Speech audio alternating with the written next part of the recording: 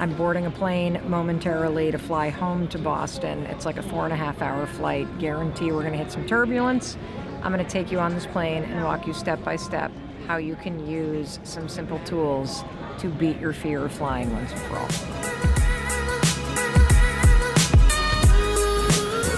All right, step number one, and you have to do this before you get on the plane.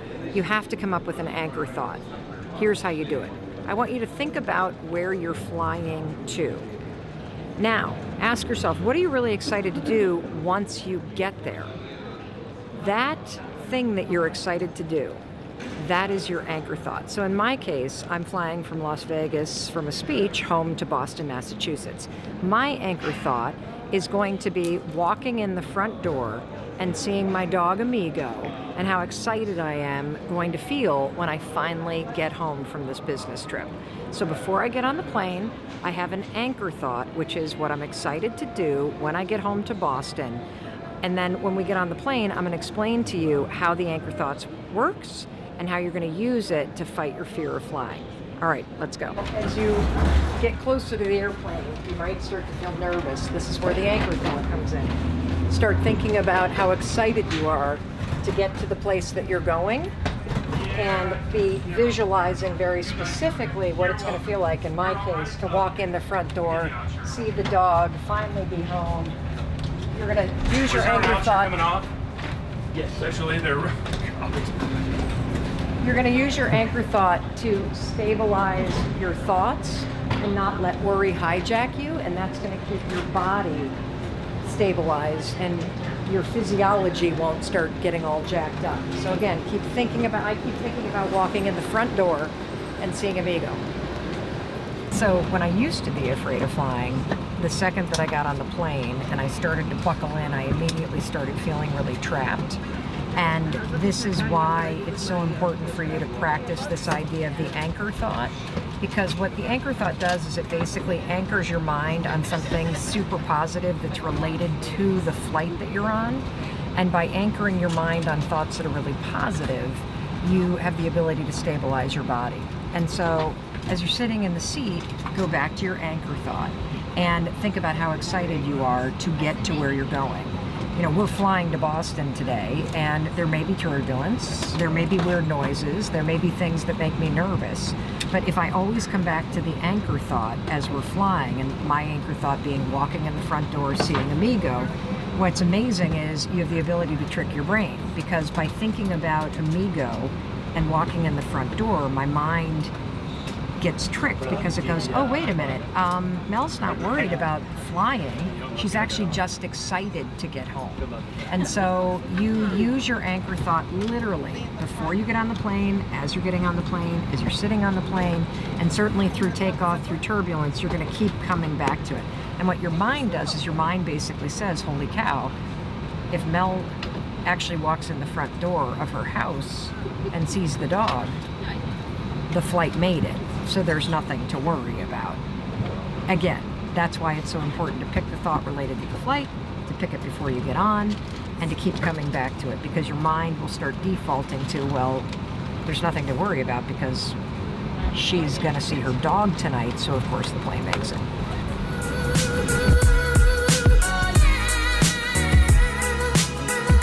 Number 2, you have to be on the alert for your mind hijacking you. Now, the pilot just came on the air and welcomed everyone on, and then said, you know, the faster we get on board, the faster we can make it to Long Beach. And the whole plane just went to Long Beach because, of course, we're going to Boston. Now, what's interesting is if you're somebody that's afraid of flying, you will look for every single reason to justify being nervous.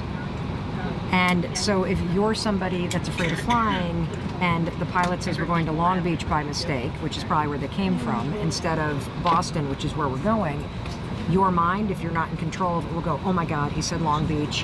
Holy cow, this is a sign that the plane's going to go down. This is a warning that I need to get off right now. This is a sign from God that telling me that the plane's not going to make it to Boston. Oh my God, oh my God. And within 10 seconds, you've just lost control of your thinking. And so be very mindful when you're on the plane, when you get triggered. And it could be something as subtle as a pilot misspeaking the destination. It could be turbulence. It could be a loud noise. It could be a passenger that's wigging you out. But you got to be mindful of how quickly your brain will hijack you and will make you think crazy stuff. The fact that he mistakenly said we're going to Long Beach instead of Boston has absolutely nothing to do with anything. And the fact that I know that I'm going to be going in my front door and hugging my dog Amigo tonight means that intellectually I'm aware that this plane actually makes it to Boston. So there is absolutely nothing to be worried about. So really pay attention to how many things trigger you that don't need to trigger you, and fight to keep control of what you're thinking about, which is actually making it to the destination and doing something really exciting once you get there.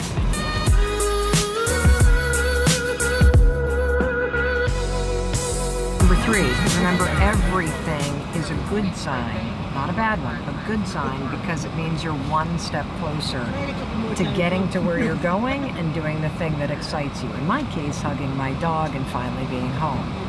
Whether it's the door closing on the airplane, you're not trapped in like some sort of death tube. You're actually going home and you're going to see somebody that you love. Or whether it's the gate pulling away. That's good news. It's not bad news. You're not trapped. You're actually one step closer to getting home and doing something that you're excited about. So remember, everything that happens is a really good sign because you're closer to doing the thing that excites you and getting where you're going. Good night, guys.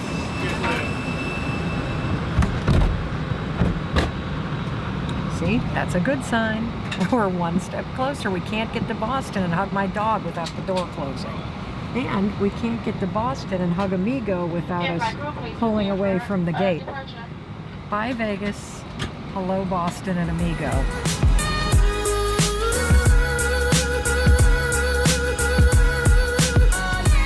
All right, number 4, make sure that before you get on the plane, you set yourself up for success by either creating a playlist of songs that you love or get something ready that you can watch.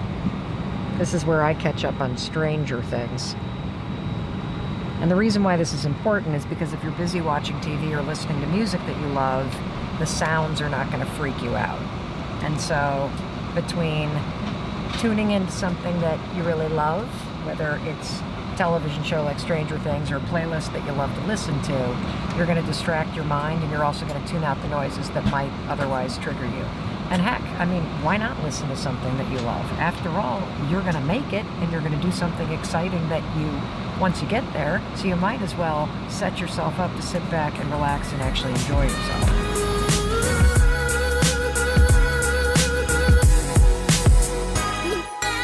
And number 5, of course, you want to use the 5-second rule. So the second your thoughts drift, I mean, this is a 4.5-hour flight, so chances are we're going to hit turbulence. We're getting little bumps right now. Chances are there'll be a sound that I don't like. When my thoughts drift to something scary or nervous, 5, 4, 3, 2, 1. You got to count backwards to interrupt your habit of being afraid of flying and your habit of being worried. And you're going to go 5, 4, 3, 2, 1, and then drop in the anchor thought. Mine, of course, is walking in the front door, giving my dog a hug, seeing my husband, being home, and then tell yourself, I'm so excited to get to Boston, or I'm so excited to get where I'm going. And that's it. That's the 5 steps to actually curing your fear of flying. They sound stupid. They're extremely simple. They're backed by science. They are proven to work. They've worked for me. They've worked for thousands of people around the world, and they will work for you. Here's what I'm going to tell you. You can control it. You can't control what the plane does, but you can control what it's like to be in your body and your head while you're on that plane. And you can control how? I'm going to teach you how. I'm going to teach you how. Because I used to be, here was Mel Robbins' old strategy. You ready for nervous flyer Mel, like, circa 1990s, early 2000s? So first of all, when I woke up, we're just going to talk day of, because I don't want to, I could spend 5 hours telling you all the stupid stuff I would do leading up to getting to the airport, and the way that I played roulette with which airline I would pick and what seat I needed to be in and all that kind of stuff. And so if it were a beautiful day when I woke up on the day that I flew, I would have a 50% decrease in nerves compared to a day where it was cloudy, raining, or snowing. If we got bad weather, windy, wind shears, birds flying, we're in danger zone, and the nervousness spikes. The closer we're getting to the airport, Cameron, I'm starting to lose my sense of taste. I'm starting to get dry mouth. I'm starting to get sweaty palms. I get to the airport and I am literally the nicest person you've ever met in your entire life. I am like sugar on a donut with every single airport employee because I figure that if I have good karma, God is watching and that that will help me. I then, go through baggage claim. I get to the gate very early. And when I get to the gate, Cameron, I am looking across the gate area and I'm looking for 3 particular types of passengers. The passengers I'm looking for in my gate area, I'm looking for somebody, a man or a woman in uniform, right? So we want somebody in the military on the plane. I'm looking for somebody in a wheelchair. I'm looking for somebody with a baby. And boy, if we have a priest, a nun, a monk, anybody that is, of religious nature, boom, I'm feeling better. The nervousness has gone down a little bit because I can say to myself, if these folks are getting on my plane, God is not going to let this plane go down. Then that gets me on the plane. I get on the plane. I take a look to the left as we're boarding. I want to see a crew cut. I want to see a crew cut on one of the pilots because I want Air Force or Navy kind of cut. If I know that I can see military up front on one of those pilots, I can take another deep breath. So I'm ratcheting it down. Then I get in my seat and I start firing off the text to everybody that I know and love in case this sucker goes down. And that's when the hyperventilating starts. I basically am starting to go from nervousness to anxiety and toward panic as the plane is now taking off. As we're taking off, I'm holding my breath, right? And I'm trying not to defecate in my jeans. And then the plane does that thing after it takes off where it's like, it goes, and then all of a sudden, where it goes to level off and it makes that weird sound. It's like, and it sounds like it's going to fall out of the air. That's where I lose my shit. I literally start panic texting Chris. I grab the hand of the stranger next to me. I start hyperventilating. That's where all bets are off. And I'm basically in a freaked out state. The poor person next to me is going, oh my God, how did I get seated next to this freak? And I'm slowly trying to calm myself down. And I'm basically in that state until either the seatbelt sign goes off or the beverage cart comes out. Because I figure once the captain has told us the seatbelt sign is off or the beverage cart is out in the aisle, we're good. They would not release the seatbelts or release the beverage cart, right? If we weren't good. So that's how I used to deal with flying. That's what my life was. And then one day something very cruel happened. I was on a plane. It was a beautiful day. I was traveling with my family. Very short flight. That's another bonus when it comes to being nervous. If it's a short flight, a new plane, we're really good. Beautiful day. Got all those. We took off with my family hanging out, and the beverage cart was in the aisle. The seatbelt signs were off, and the plane hit an air pocket. And it all of a sudden dropped. And then the airbags dropped out. And I literally had a freaking heart attack. And you know what's interesting is I had spent so much time in my life panicking, Cameron, that when the you-know-what hit the fan, there was no panic left. Everybody else on the plane panicked. I was like, oh, this is how this ends? I actually got kind of mad. And luckily, nothing happened. I mean, the captain just came on and was like, we just hit an air pocket. Everything's fine. We're going to just go a little lower. We don't need to wear the oxygen mask. So of course, then like complete idiots, everybody starts taking photos of themselves with the oxygen masks. And we land safely. But here's the problem with that. All of the little superstitious bargaining stuff. Oh, if it's a good plane. Oh, if the beverage cart. Oh, if there's a crew cut. Oh, if this happens, then I'm safe. I had all those things. And something happened. And so it was in that moment that I was like, I have to figure out how to change this. Because I want to fly a lot. I want to see the world.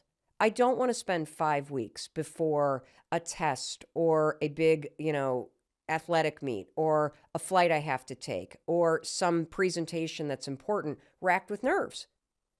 I don't want to sabotage my own potential.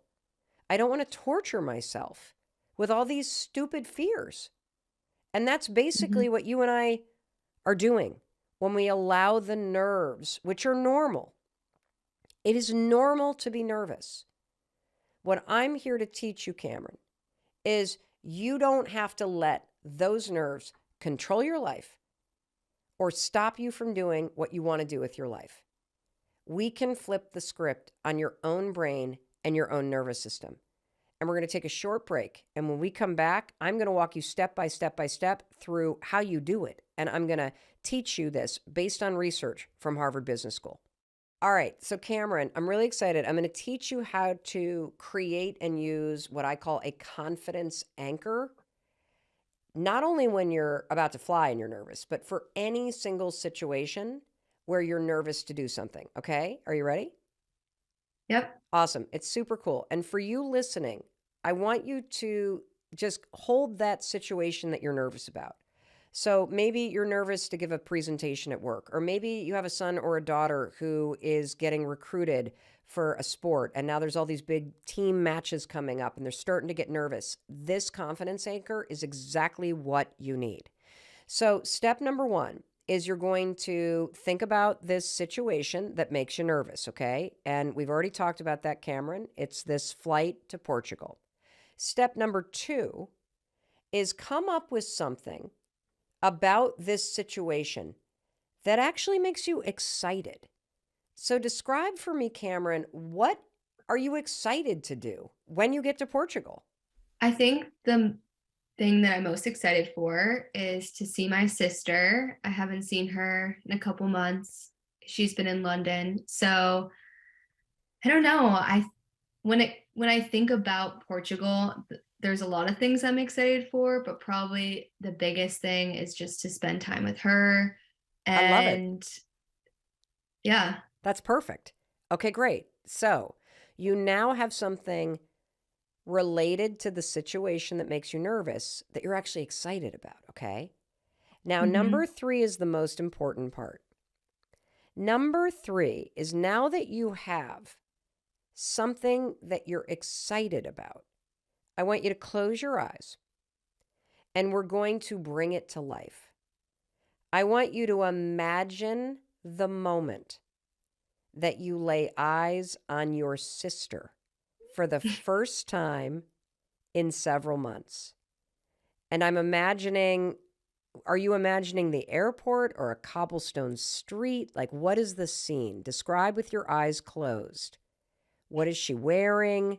What happens? Describe it for us. Well, first of all, she's probably, I don't know, she's probably mad that we're late about something. But when I think about it, we're in probably like Lisbon where we're going to land, and probably right outside, the first glance of a new city, something that is always really exciting when you leave an airport. I think that's the best part about flying, is getting to somewhere you're, anticipating seeing.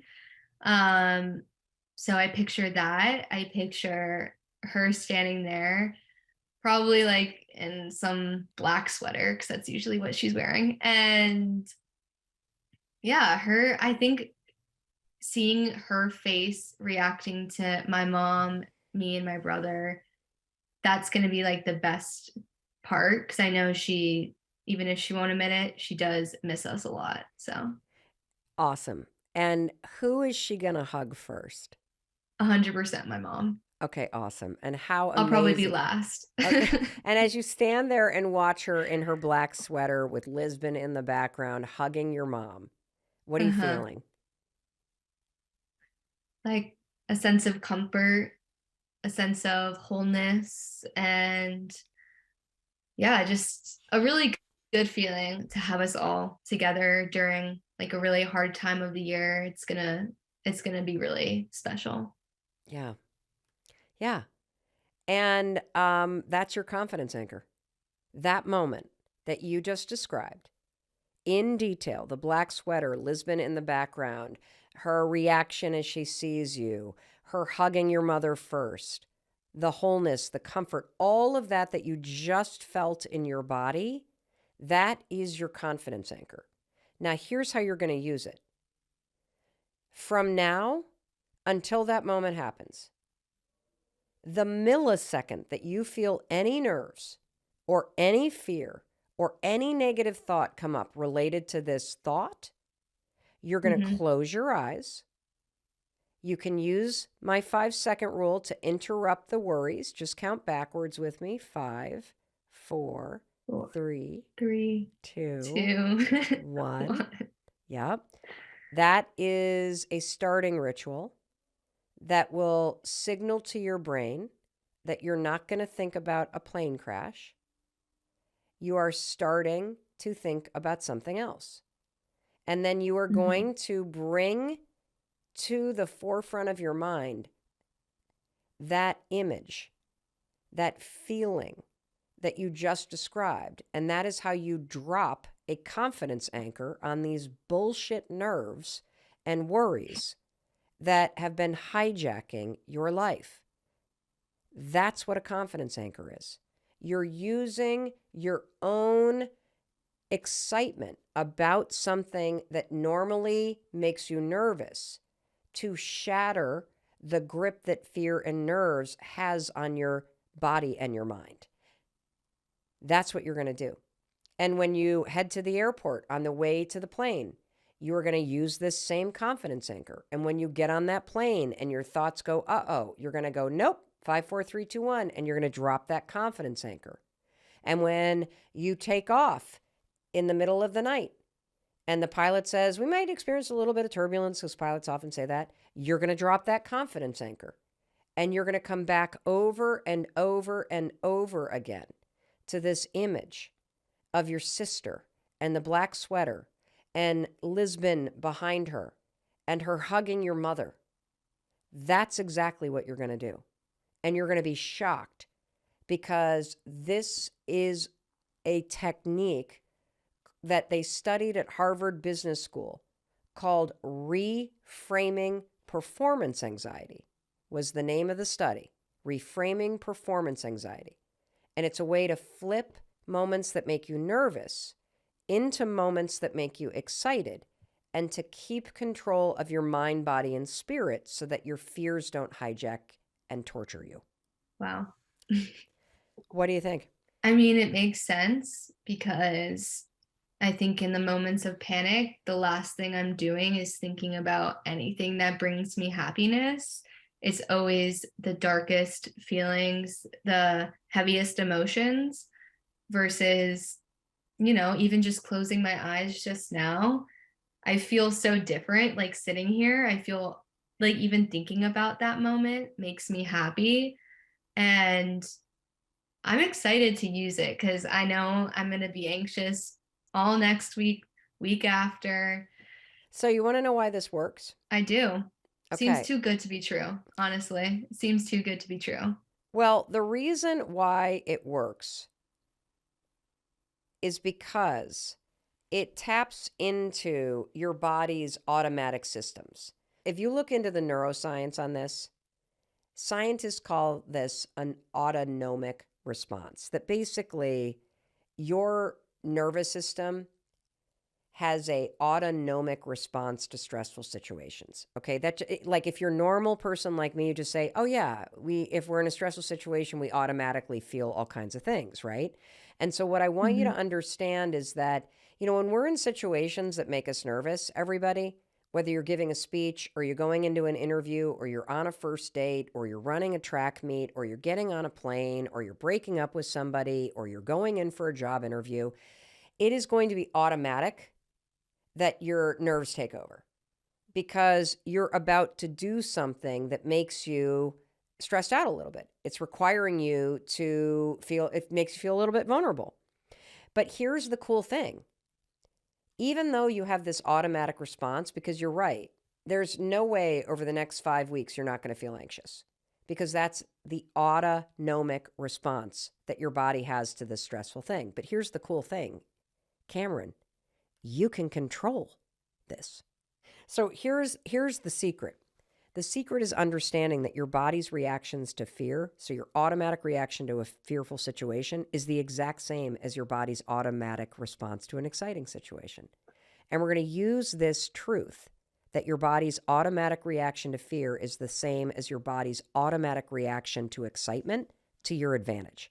So tell me about a situation that makes you excited, like just something like in your day-to-day life, okay? Give me a situation that makes you excited. In my day-to-day life, that makes me Well, excited. how about this? Who's your favorite musician? I really like the Lumineers. Okay, great. Guess what? Hmm. The Lumineers are playing a private concert at the new private venue at the Fenway Park. You, my friend, not only have front row seats, you're going to meet them before the show. Okay. It's 5 weeks out. How do you feel? Jittery a little bit. Like kind of the same feeling I would have if I, was playing a big soccer game or running an important race Uh-huh. when I was younger. Like the clammy hands, the pit in your stomach. Yep. The Dude, we're walking into this venue.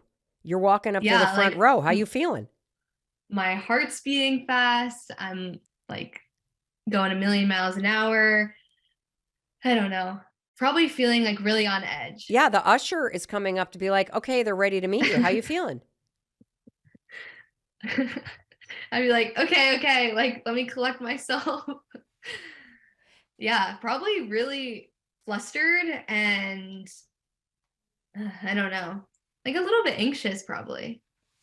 So it kind of sounds like a situation like that where you're about to meet your favorite band, which I would say, is that a positive or a negative experience? Yeah, that'd be amazing. I mean, a positive one, obviously. Well, it sounds very similar to the way that you experience the thought of flying to Portugal. Yeah, I guess that's true. Yeah, you want to know the only difference? When you're in the situation that's positive, that makes you excited, and you're about to meet the Lumineers, your Hmm. brain is telling you you're excited. Your brain is telling you the jitters in your stomach are butterflies, and that's a good thing. Your brain is telling you your hands are clammy and your heart is racing because something good's about to happen. The only difference between that and what you experience as you think about flying to Portugal is what your brain is saying about the flight.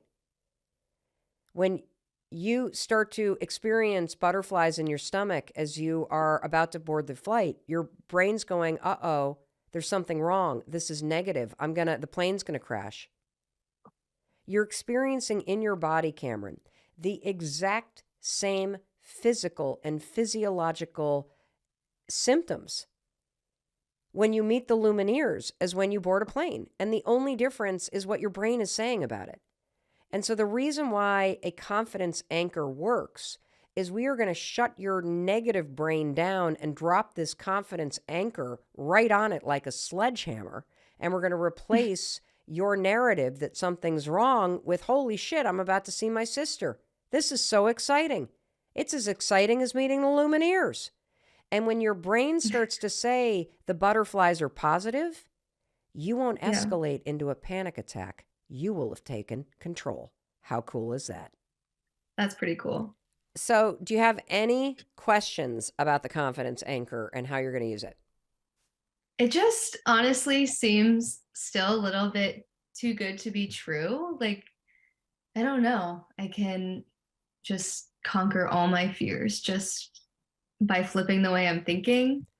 There's a scientific reason why this works. So, they researched this at Harvard Business School. And what they did is they put people in control groups and put them in situations that made them nervous. So, they put one group into a control group where they had to run a track meet. Another one had to sing karaoke. Another one was in like a debating competition. And they taught one group of people to use this reframing tool where you think about something related to the track meet or the debating competition or karaoke that you're excited about. And so this group was taught to say, I'm excited. I'm excited to run this meet. I'm excited to get up there on the stage and conquer my fears. I'm excited to go and debate because I've prepared. The people who use this simple reframing tool outperformed the people who didn't. They felt less nervous, and there's a scientific reason why. Earlier, we talked about the fact that there are these automatic responses that our body has to situations that are exciting or stressful. And in our case, Cameron, we talked about the Lumineers and how that's exciting, meeting the Lumineers and getting on a plane to Portugal, which used to make you nervous. Just talking about those two situations created an automatic response in your body, didn't it? Yep. That automatic response is nothing more than a series of chemicals firing and messages firing between your brain and your nervous system. The reason why you and I get butterflies is because when the brain sends a message down to your nervous system that, holy cow, we got to get on a plane, or holy cow, the Lumineers are about to walk in, your nervous system goes, oh, got it, and immediately starts changing up the chemicals in your body. Adrenaline fires, the blood races to your head and to your heart. That's why your heart starts pounding. That's why your thoughts start to race. Now you get butterflies because the signal in your brain going to your gut just changed the chemicals in your digestive tract. That's why we all get butterflies. That's it. And so in the situation with the Lumineers, you flipped your thoughts. I'm excited to meet them. And so that explains all the reasons why you have all of these changes going on in your body, why your heart is racing, why your butterflies are in your stomach. This automatic response doesn't scare you because you're thinking positive thoughts when it comes to the Lumineers. Now, when you get on the plane and your brain signals to your stomach that something's up and your heart starts to race because the blood goes to your heart and the butterflies start to flutter in your stomach because the chemical structure just changed in your digestive tract. If you have negative thoughts about the plane, a couple things happen. You start to get scared of the automatic response in your body. And more cortisol starts to flood your brain, which is the stress hormone. And once that happens, what they found at the Harvard Business School study is that the cortisol interferes with your brain's ability to do whatever you had prepared to do. This is why most of us, when we stand on a stage, go blank. It's because we have an automatic response. Our brain goes, oh shit. We get scared of our racing heart because we think it means that the plane's about to crash or we're about to screw something up. The cortisol floods our brain and we forget what we prepared. When the cortisol floods your brain, you forget about seeing your sister. You forget about all the exciting things. You forget about all the research that you did that shows that traveling by commercial airplane is the safest way to travel, period. That's why this matters. And it's more than just thinking positive thoughts. It's critical that you come up with the thing you're excited about before you get into the situation. Because once your thoughts start to race and you're like, oh my God, I'm going to screw up this test, or oh my God, I'm going to screw up this interview, or oh no, the plane, you've already lost control. You have to come up with this exciting anchor and this confidence anchor before you start to get nervous. Got it? Yeah. Any other questions? It just makes so much sense. You know, I always have taken the approach of calm down, Cam, like, you know, kind of making myself to be the bad guy. And not really reframing it in any way, just letting myself kind of soak in all the stress and anxiety. And just kind of reprimand myself, being like, what the heck, you know, why are you not just calming down? Like, there's a 6-year-old that's, you know, bouncing around and it's like, ooh, I love when the plane goes up and down. And it's like, why can't I be like that 6-year-old? But let me tell you why. I think this is excellent, Cameron. Let me tell you why you can't bite by that 6-year-old, because I love this analogy. The 6-year-old's brain is not attaching negative thoughts to the plane bouncing up and down. As far as the 6-year-old is concerned, this is exciting. That's why they're not panicking. And so the reason why in the history of telling yourself to calm down, you have never been able to calm down is because you are dealing with an automatic response in your body. So let's go back to the science. When you get into a situation that makes you nervous or that makes you stressed out or makes you afraid or that makes you excited, those are states in your body of high agitation. Those are states of alertness. Those are states when your blood starts pumping and your brain starts paying attention, and everything kind of aligns because you're about to do something that makes you excited or fun or nervous or afraid. And so you go into a state of being hyper alert. That state of high agitation is one that you can't calm down like that. So what we're doing when we teach you to create a confidence anchor and to use excitement to reframe what you're feeling is we're taking a state of high agitation from the negative to a state of high agitation in the positive. We're actually using the automatic response in our body to our advantage, and we're just tricking our brain to believe that we're actually excited, because our brain doesn't know the difference. Your brain is like the 6-year-old. Your brain actually doesn't know the difference between excitement and fear. That baby that's bouncing is feeling the heart racing and then the bubbles in her stomach. It's just that your brain is framing it in the negative. Because your brain knows that excitement and that fear feels the same, that meeting the Lumineers and being on an airplane feels the same, you can use that to your advantage and trick your brain in a moment where you would normally be nervous to actually think you're excited. And the reason why this matters, Cameron, is because when you're on that plane, if you can come back over and over and over to your confidence anchor, and if you can close your eyes in a moment of turbulence, and you can imagine your sister, and you can start to say out loud, and this is important, you've got to say to yourself, I'm so excited to see. What's your sister's name? Sienna. I am so excited to see Sienna. I'm so excited to see Sienna. I cannot wait for Sienna to hug my mom. I cannot wait for this. If you come back to that confidence anchor, you are going to flip your brain into believing that you're excited about that moment, and you will no longer be afraid. And it's a way to gain control. And you know what? You want to know something really cool? Because your confidence anchor is related to what you're doing, it's really believable. Because when you are there hugging your sister, it means the plane made it, and there's nothing to be worried about. That's why this works. When you imagine before a test yourself walking out of there going, yes, it actually makes you excited to take it. When you imagine yourself nailing the interview, it makes you excited to walk into it, because your brain doesn't know the difference between a state of fear or a state of excitement. And now you know a simple trick backed by research from Harvard to take control of your mind and take control in situations where nerves normally derail you. Yeah, that's amazing. I think that was always like in the back of my head during our conversation was if I feel fear in a lot of different areas of my life, not when I'm just in the air. So when I'm on the ground, how can I use this tool to ground myself, even if I'm not sure the outcome of it? I love this. Okay, great question.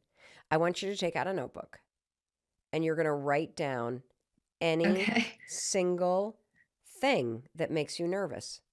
Could be anything. I mean, give me a couple. God.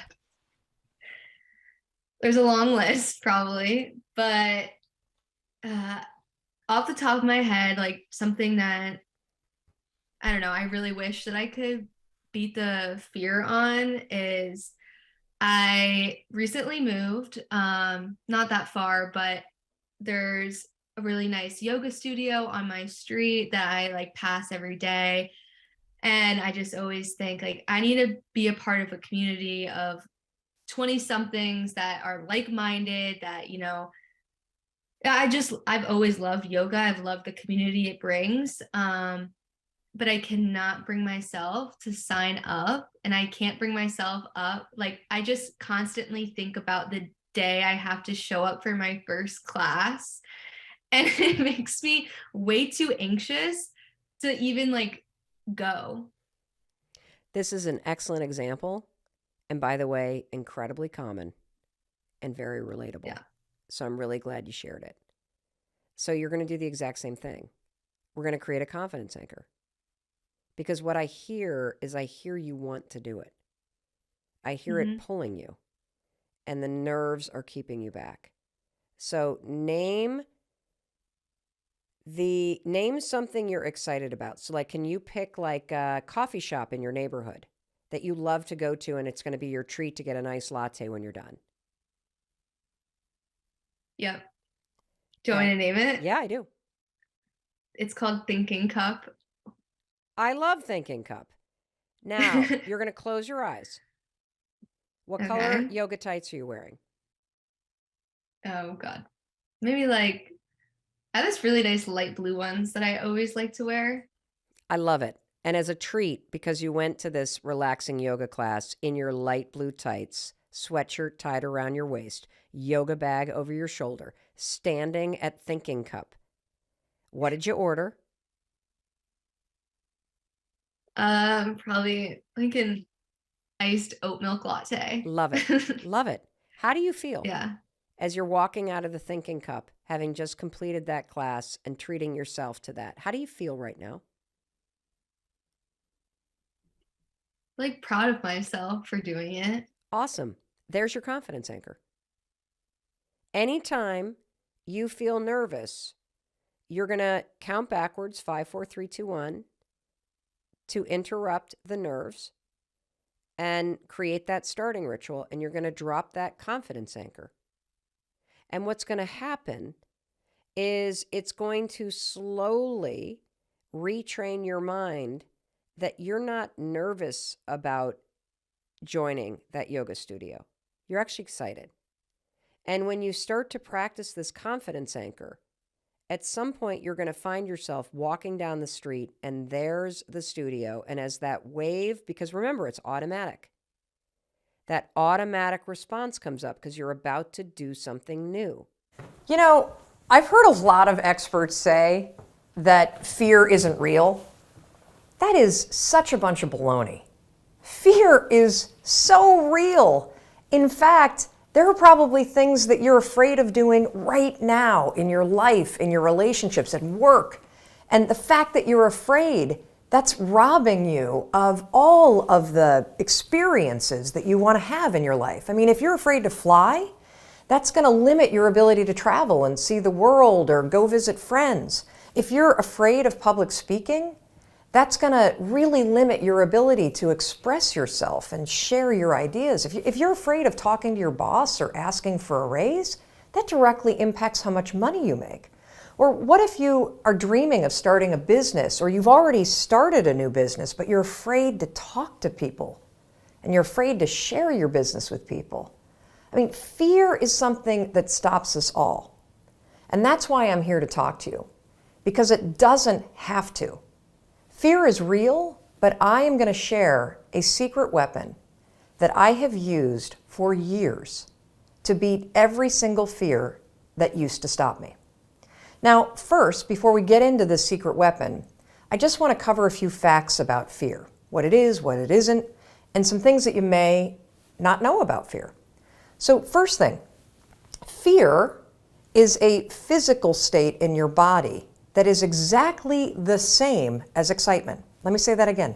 Fear and excitement are the exact same physical state. Your heart races. You might sweat a little bit. You might feel tightening in your chest. You might feel a pit in your stomach. You have a surge of cortisol. It's basically the way that your body goes into a hyper-aware state because it's readying for action. Now, what's the difference between fear and excitement? Really simple. The only difference between fear and excitement is what your brain is doing as your body is all agitated. If you're excited, your brain's going, oh, wow, this is going to be so cool to ride this roller coaster. If you're afraid, your brain's going, no way, there's no way I'm doing that. This is dangerous. Get out of there. Don't do that. It's saying something different. So what's critical about understanding this is that we're going to use the fact that your mind is either working for you for excitement or against you with fear to your advantage. And I'll tell you about it in just a minute, how you're going to do that.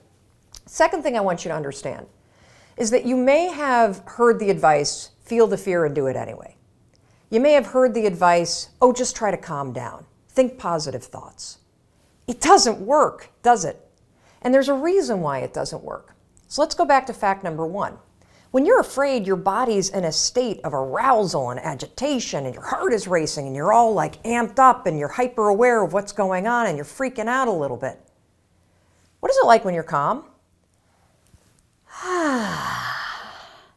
You just kind of chill, right? You got like this low arousal state.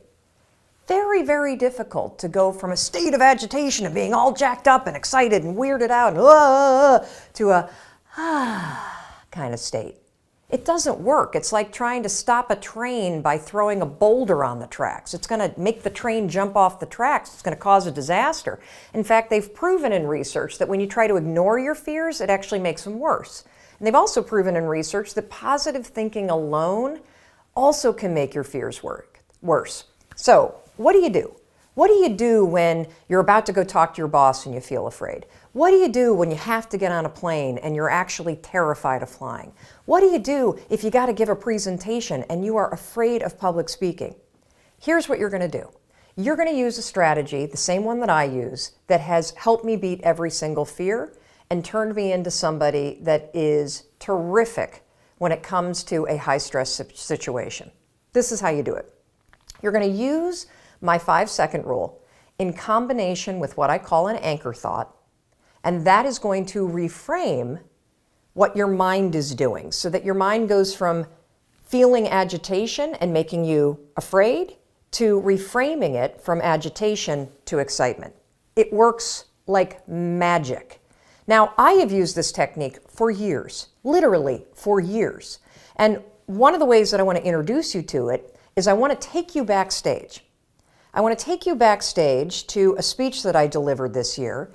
And what you're going to see is you're going to see me behind, the major set. I'm about to walk out. You can kind of hear the crowd roaring. My introductory video is playing. My body is in a state of arousal. I am literally, my heart is racing, my arms are sweating. It's like you're going to see this. I'm going to tell you about it.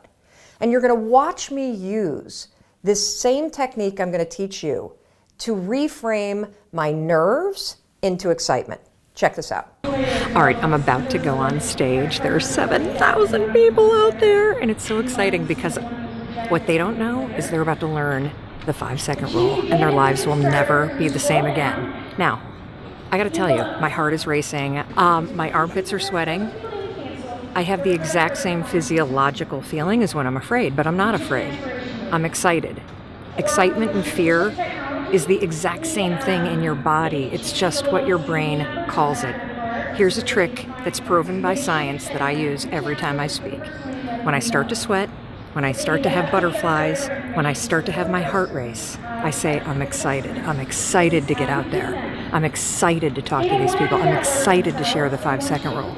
And what that does is it sends a message to my brain that tells my brain why my body's all agitated and excited. And that way, I don't feel afraid.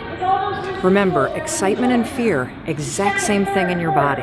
The only difference is what your brain calls it. Go get them. Now, I want to give you one more example, just to make sure that you really get how you can use this. So a lot of you have written to me about your fear of flying, and I can really relate to that fear because I used to have the exact same fear. But I use this same strategy to conquer it. Here's how you're going to do it. So first things first, if you've got to do something that really makes you nervous or that you're afraid to do, before you're about to do it, come up with an anchor thought. What's an anchor thought? Well, an anchor thought is something that's going to anchor you so that you don't escalate any situation into a full-blown panic attack or into a situation where you screw things up. It's a way for you to anchor yourself so you maintain control over what you're thinking and how you behave. So here's an example with flying. It's important when you're creating an anchor thought to pick something that is in the proper context of what you're afraid to do.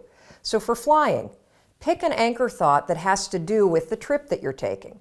So if I'm boarding a plane to fly back home to Michigan, an anchor thought might be a picture in my mind of my mom and I walking on the shores of Lake Michigan where I grew up. That's a thought that makes me happy. It makes me excited. And it's also related to the trip that I'm taking. If you have a conversation that you need to have with your boss, pick an anchor thought about how you feel after having that conversation. Maybe it's you picking up the phone and calling somebody that you love and saying, oh my gosh, it went so well. Or, you walking out of the meeting and feeling like, yeah, I survived that conversation. I feel pretty good about myself. So now that you have your anchor thought, you're ready to beat the fear. How you're going to do it is this. So let's go back to the example of the plane. I'm on the plane, I'm flying to Michigan. We hit turbulence. My body's going to start getting agitated, right? I'm starting to get nervous. My heart starts to race. One of two things can happen. I can't control how my body might feel, but I can always control what I'm thinking about, and I can always control how I act. And so can you. So when I'm on a plane and the turbulence hits, 5, 4, 3, 2, 1, that's step one. And it's essential. And the reason why using the 5-second rule, 5, 4, 3, 2, 1, is essential is because that is how you switch the gears in your mind, you awaken your prefrontal cortex, and you trigger your brain that you're now in control of your thoughts. You've interrupted the fear. You've settled your thoughts, and now your brain is ready for that anchor thought. So then what I do after I go 5, 4, 3, 2, 1 is I insert the anchor thought that I've already come up with before the flight. I start thinking about walking on the beach and being with my mom and my dad. And I start telling myself, I'm so excited to walk on the shores of Lake Michigan. I'm so excited to see my parents. Now, something remarkable is going to happen in your brain. Because you've interrupted the fear, and because you've used the 5-second rule to assert control and awaken your prefrontal cortex, and because you have an image that contextually makes sense to your brain because you're flying to Michigan, you know what your brain does? Your brain goes, Mel's excited to go to Michigan because my body is in a state. Remember the first fact? Fear and excitement, exact same thing. What's the difference between fear and excitement? What your brain is saying. Using the 5-second rule and an anchor thought, you can actually switch the gears in your mind and reframe the thoughts of fear into thoughts of excitement. And because you have a vision that makes sense based on what you're doing, your brain buys it. You just tricked your brain. Now, Dana used this technique. She says she's never been so calm when she's been flying. And Sarah used it too. Now, Sarah wrote to us, she was petrified of flying, but utilizing the 5-second rule and 5, 4, 3, 2, 1 with an anchor thought, check out this photo of her on a helicopter tour in Hawaii. Not only was the tour amazing, but here's what's really amazing. If fear stops you, this will change your life. And for those of you that are afraid of public speaking, check out this photo of Carol. She also had a fear of public speaking. And by using this technique that I've just explained to you, 5-second rule, anchor thought, reframe your thoughts from fear to excitement, something incredible happened. She was able to beat her fear and give a speech to her nursing colleagues. And that was something that was a life goal and also something she checked off her bucket list. Fear is real. You can't control the feelings that are going to rise up in your body when you're on a plane or when you're talking to your boss or when you see somebody that's attractive and you really want to go over and talk to that person. But you can always control what you think, and you can always make a decision about the actions you're going to take. So the next time you feel afraid, 5, 4, 3, 2, 1, go to that anchor thought, tell yourself you're excited, and that, my friend, is the power of how you beat fear in 5 seconds flat. Look, I want to also say one thing to you. This stuff is kind of heady. So I'm doing my best to keep this like fun and visual because when you get lost in thought, it's going to be hard to apply this. And so first of all, I want to commend you for sticking with this because now we're going to dig into the exercise. I wanted you to have the understanding because oftentimes I personally find that if somebody just throws a science-backed tip or exercise or tool or tactic or strategy at me, it sounds so dumb on the surface that without the underlying kind of research and mechanics and science that explains why this simple thing works, you will literally roll your eyes and not do it. So now that you have that background, I'm going to reward you with the exercise that I want you to practice. And this one is simple. So if you're cynical, if you're really smart, if you're analytical, it will sound stupid. But I want you to hang in there because there is a really powerful thing going on in your neural pathways when you try this. And it's also an incredibly cool and fun thing to do with your family, with your friends. In fact, I get texts from people all over the world who are doing it, and my kids who do not live with us, our 2 adult daughters, they constantly text me pictures of what I'm about to ask you to do. So I promise you, it's worth trying. This is an exercise called looking for hearts. And this is how you play it. Every single day when you wake up, you are going to go on a scavenger hunt in your day-to-day life, and you are going to try to find a naturally occurring heart shape somewhere in the world. It could be a cloud that's shaped like a heart. You could look at your coffee and see that the foam on top has made the shape of a heart. You might get out of your car and you'll see a stain on the floor or a leaf that's the shape of a heart. I constantly see rocks. I see heart shapes in the top of mountain ranges. I see the shape of hearts in brick buildings all the time in terms of the different colors of bricks. And here's what's interesting about this. What you'll realize is that there are probably 10,000 heart shapes that are around you in your day-to-day life. The stain on the carpet, the spot on your dog's back, the tear in a pair of pants, the shape of a leaf. They're everywhere. They're absolutely everywhere. And right now, you walk right by them. Why? Well, because they're not important to you. You have not told the bouncer of your brain to let the hearts in to the nightclub. So you are walking right past all these things, and they are actively being blocked out. It is not in your conscious mind. The second you start playing this game, Find a Heart, you will experience something amazing. You will experience your brain going to work for you. And so here's how I want you to play this, because I do want you to play this every single day. This is truly not a game about finding hearts. This is about training your mind. This is a game where you are telling your mind, I am the freaking boss. Bouncer of the mind, I pay your salary. You are going to do what I tell you to do. You are going to find me a heart. And if you want to get paid, you are going to find me a heart. That is your job today. Find me a heart. So get intentional about that. And then I want you to go through your life and just let a heart shape in. And when you see it, here's what I want you to do. And if you're really analytical, you're going to think this is the cheesiest damn thing you've ever heard, but I want you to do this because there's neuroscience involved. When you see that heart, I want you to pause. And I want you to really stare at it for a minute. You can take a photo of it. If it's a rock, you can pick it up, or a leaf, and take it with you. Because I want you to reward your brain for being flexible and for trying to help you. I want you to take that moment for real, as cheesy as this sounds. The foam on the top of your coffee, the shadow on the floor. I want you to take a minute and really savor it and literally just go, holy shit, there it is. That's pretty cool. Yesterday, I walked right past this and I didn't even see it. Thank you, mind. Wow. You just changed in real time. You just let something in that I asked you to let that in. And if you really want to supersize this, if you're somebody that's really struggling with a sense of self-worth or hope or really believing that you can turn things around, I want you to look at that and tell yourself that that was placed there for you to find. That this was placed there because you needed to see evidence that it is in fact possible to change the way you think. It is in fact possible to tell your mind what you want to see more evidence of and for your mind to work for you.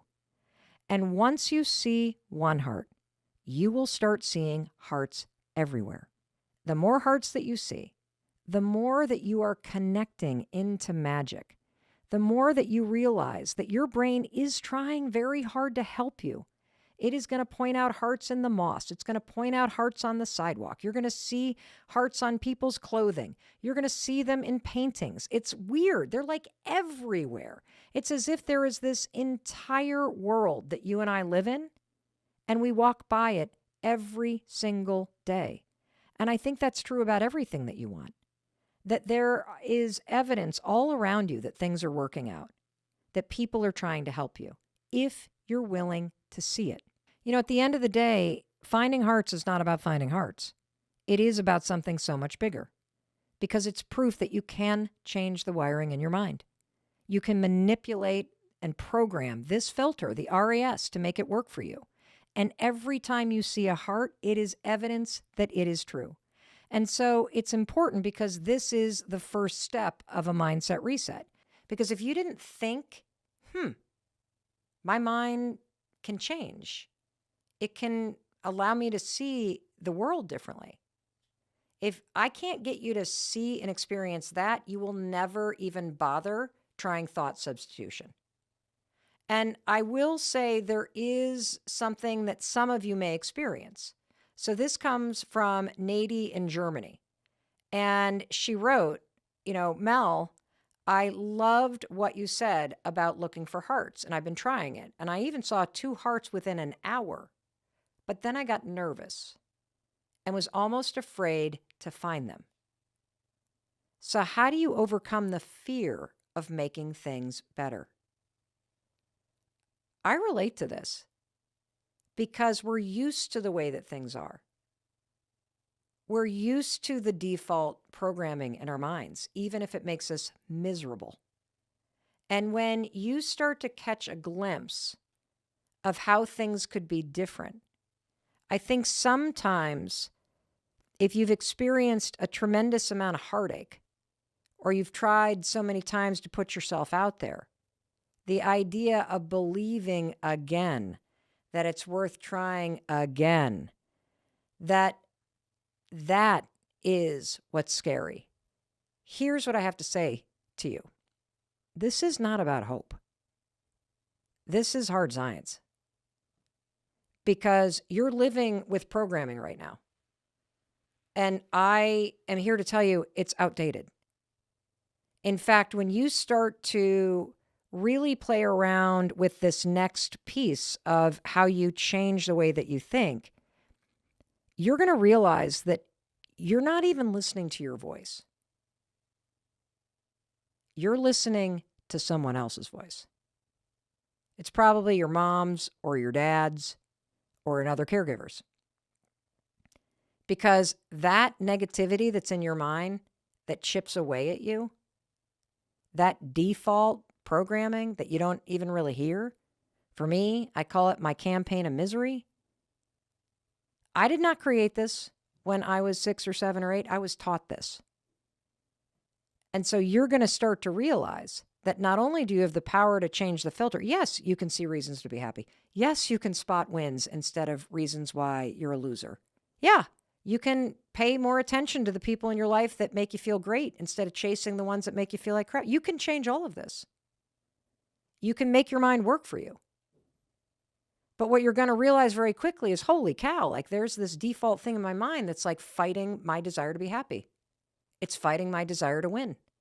And so that's where we're going to go next, because there is an entirely different reality. One of the reasons why I always say to you is, I love you. I believe in you. I believe in your ability to create a better life. The reason why I say that to you all the freaking time, and I mean it, is because I know you don't say that to yourself. And I didn't say that to myself for a long time either. And I don't need to meet you to say, I love you. Because love is a verb. Love is how you show up in the world. This podcast is an act of love for me. It is a way to connect with you. It's a way for me to support you and empower you. And I show up here because I do believe in you. I don't care what's happened to you. You cannot convince me that you cannot change. I have way too much evidence on my side. You only have your experience. I've got an army of 1 million people that I've seen change. And so I know you can change because I know you can take the actions to make your mind a better place. You can take the actions to make your life feel better. You can take the actions to improve your relationship with yourself. And this is the most exciting part. This is the thing I am working on myself day in and day out. You can take the actions that reclaim your brain, that reprogram your mind, and that make your mindset and your thoughts work for you. I mean, all this shit is made up that we're saying anyway. So if you can think bad thoughts, why not think good ones? Does it actually make you happy to tell yourself that you suck and that there's something wrong with you? And is it even true? So if you can make that crap up, if you can adopt what somebody else says about you, can't you make up your own? Of course you can. And so let's get to that substitution diet.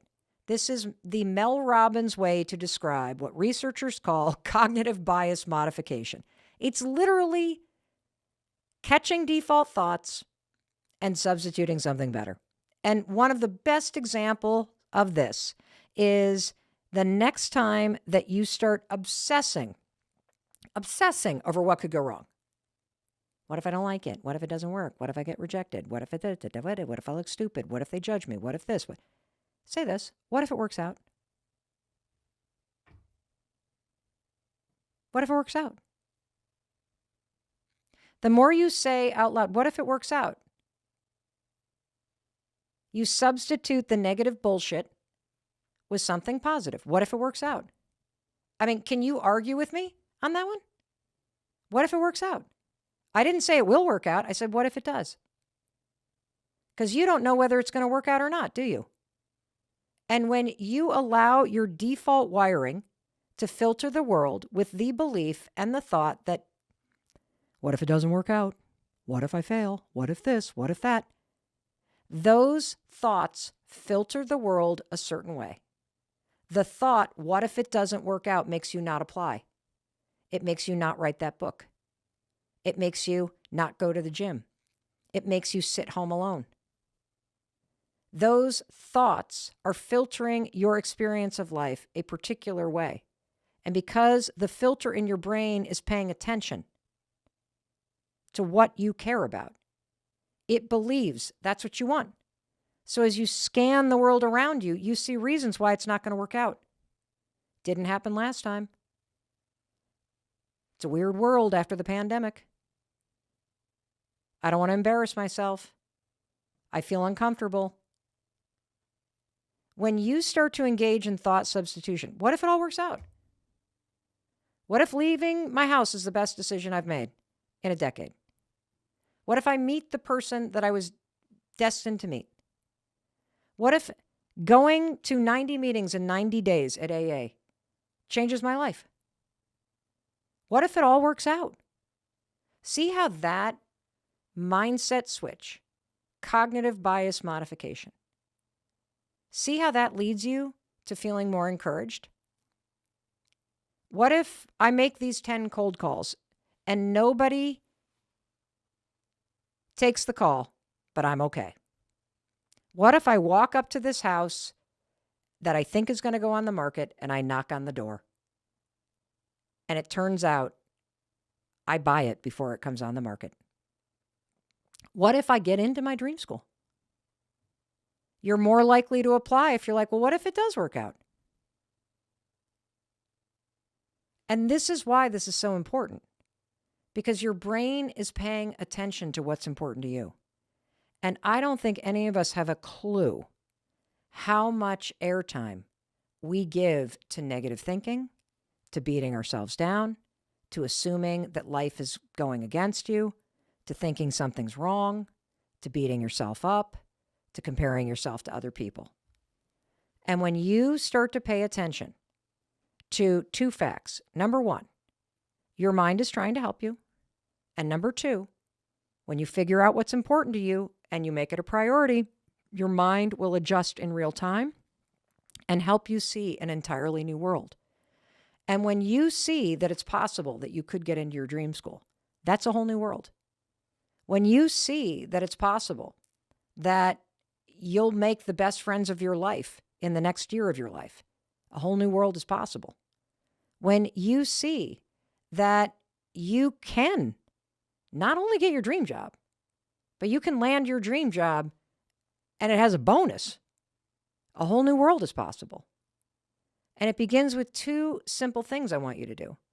Look for hearts so you experience that a whole new world is possible, that there's a world that you're walking by every day. This is critical. I do this every single day. And, it sounds like such a dumb thing. And I often think about, this moment where a reporter's like, so what's your secret to success? And I'm like, look, I look for a heart every day. I mean, it sounds so stupid, doesn't it? But what I'm actually saying is I am actively engaged in the process of training my brain. Just like you would lift weights or resist weights or whatever it is that you do if you want biceps, you are training your body to be strong. I'm training my mind every single day to work for me. And every time I see a heart, it's a reminder, oh yeah, my brain will tell me what I want it to tell me. And so I can either let the campaign of misery take control of my RAS, or I can tell my brain, no, it is important to be happy. It is important to feel like I'm winning. It's important to put myself out there in light. I need some help with this brain. And so the hearts for me is a simple way to explain this profound amount of research out there and put it into practical use. And this idea of a substitution diet for the shit you've been thinking forever that no longer serves you. That's a simple way for me to explain to you. You're not stuck with the thoughts that you think. That idea right there, that's the whole thing. That's everything.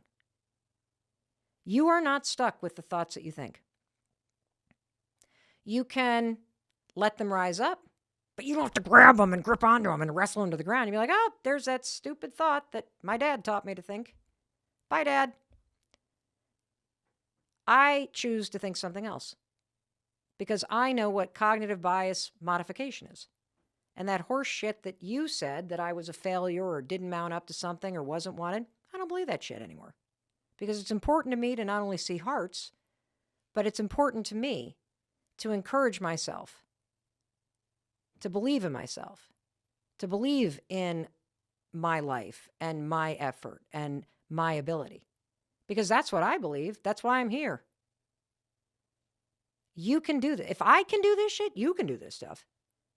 You have no idea how screwed up I was. If you wanted to go toe-to-toe with somebody that had like the darkest thoughts in the world, Mel Robbins will go toe-to-toe with you any day. And you cannot get rid of it entirely, but thought by thought, you can learn how to not get hooked by it, and you can learn how to start to reprogram your mind. And I'm also going to tell you something. I said at the very beginning, it's not one and done. Like, this is not toxic positivity. I'm not here to sell you a pill to make your problems go away. I'm here to tell you that there will be times in your life where the negativity comes back and the default comes back and things get overwhelming. That happened to me just 6 months ago. When big things happen in your life, it can take you down for a little bit.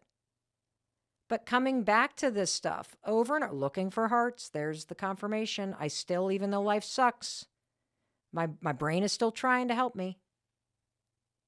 And really, I'm telling you, I call it hand-to-hand combat with your mind because that's what you're engaged in.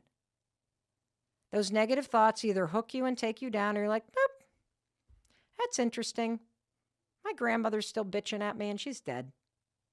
I don't really need this in my default program anymore. You know, that's what's available to you. So I mentioned earlier that this cognitive bias modification tools that we're talking about today work because not only have I used them in my own life, but also because we've had 250,000 students that I've taught a course about reframing your mindset, resetting your mindset to. And we do these extensive surveys afterwards. And one of the things that I know from our data is that the number one negative thought that people struggle with is, I'm not good enough. And I believe that everybody struggles with this. there are two reasons why. Number one, many of you grew up in a household where your lived experience was that you were told you weren't good enough, or you felt like you weren't good enough. And even if you grew up in a household where you didn't feel that way, you felt safe, you felt secure, you went to an elementary school or a middle school and you went through the period of human development called adolescence and teenage years, where you separate from your family and your number one objective developmentally is to bond with friends. And it's during that horrendous period of time that we call middle school that most of us start to size ourselves up in relation to other groups of people. Oh, they're the theater kids, I'm not good enough for them. Oh, the sports kids, I'm not good enough for them. Oh, the rich kids, I'm not good enough for them. It's a protection mechanism because you don't want to get hurt by approaching a group that you think is going to reject you. This is totally normal. We all have it.